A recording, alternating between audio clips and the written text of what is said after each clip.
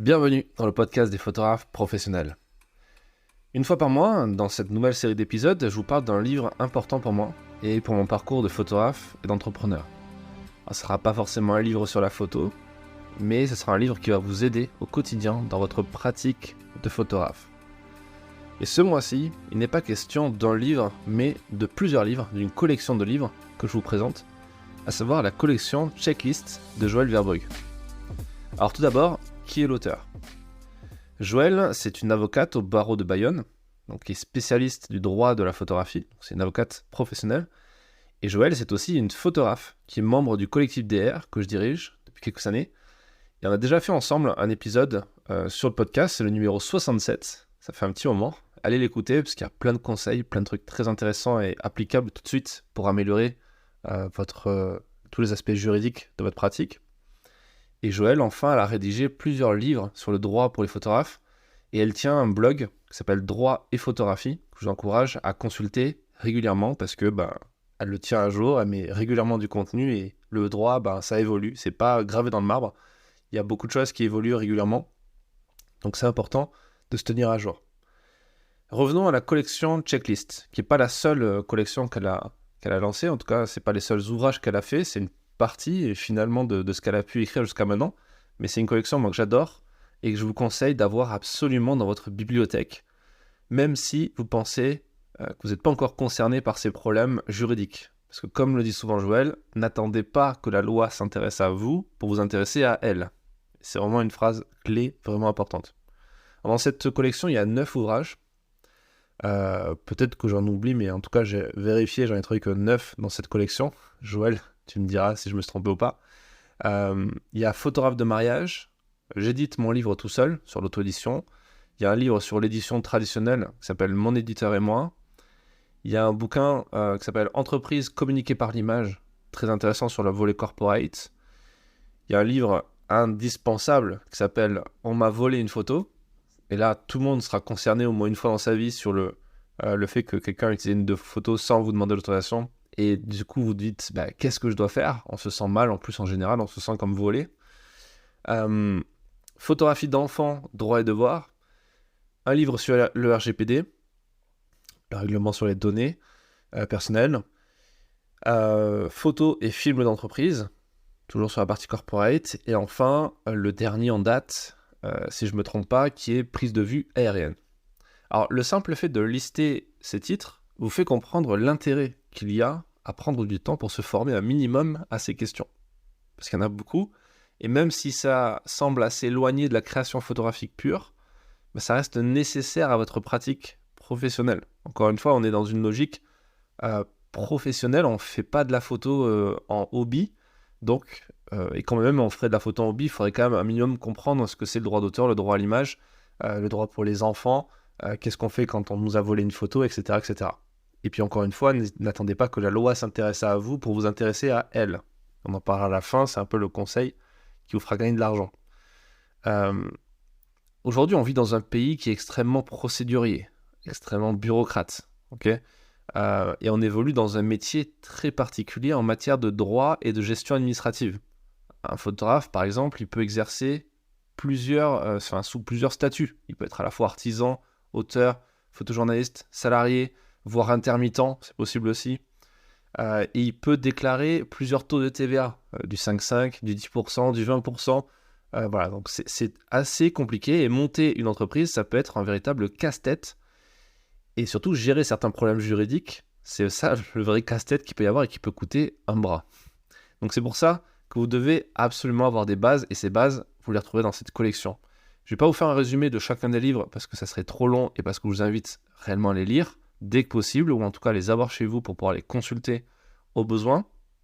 Mais je terminerai cet épisode en partageant un enseignement qui m'a beaucoup aidé et qui est lié à la thématique du jour, qui est le suivant: ne voyez pas les aspects juridiques, comptables, administratifs comme des contraintes.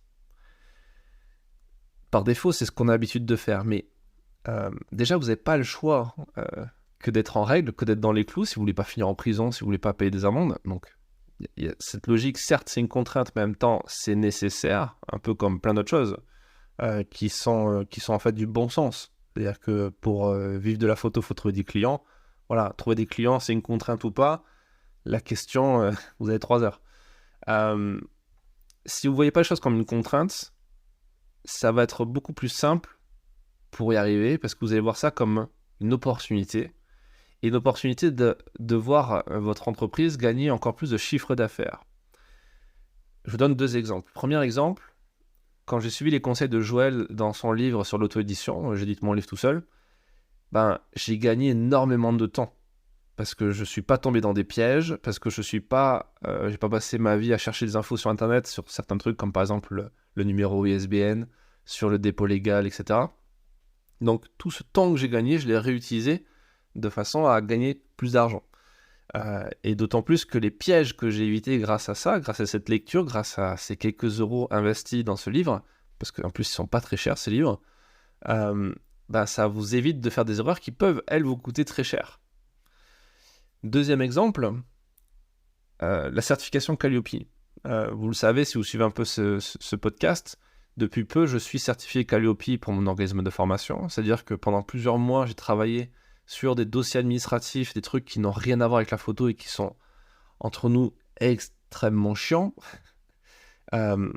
Et pendant très longtemps, j'ai considéré ça comme une contrainte, comme une lourdeur administrative absolument stupide, avant de changer d'avis, avant de changer de vision, pour y percevoir le bénéfice, non seulement pour moi, mais surtout pour mes élèves. C'est-à-dire que en faisant tout ce travail administratif de mise aux normes de la certification Calliope, j'ai vu une façon d'améliorer le process de qualité, et notamment le process pédagogique, dans mon entreprise, dans mes formations.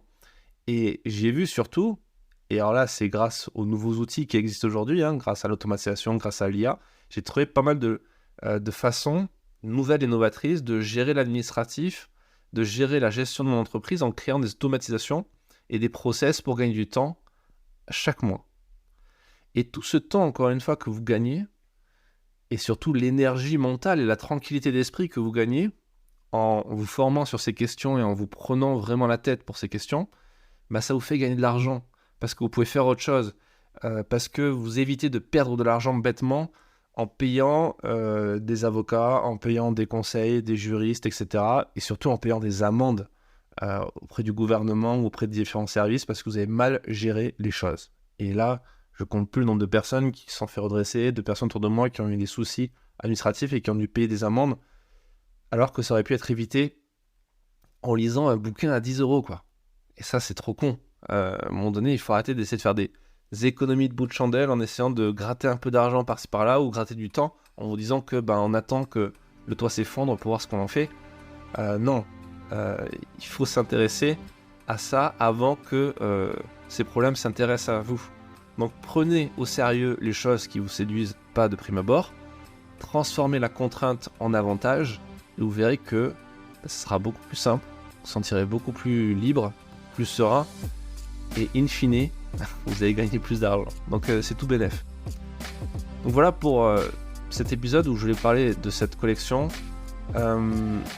C'est important et je fais pas ça pour faire plaisir à Joël qui est une amie en plus d'être une excellente photographe, membre de DR, mais vraiment parce que je trouve que ses conseils valent de l'or, c'est super important, ça a aidé beaucoup de gens, moi ça m'a beaucoup aidé. Donc juste au retour des choses, je prends le temps dans un épisode dédié d'en parler. Merci d'avoir écouté. Je vous donne rendez-vous dans un prochain épisode du podcast, comme à chaque fois, chaque semaine. Et à la semaine prochaine, donc pour un prochain épisode et une prochaine interview de photographe. À très vite.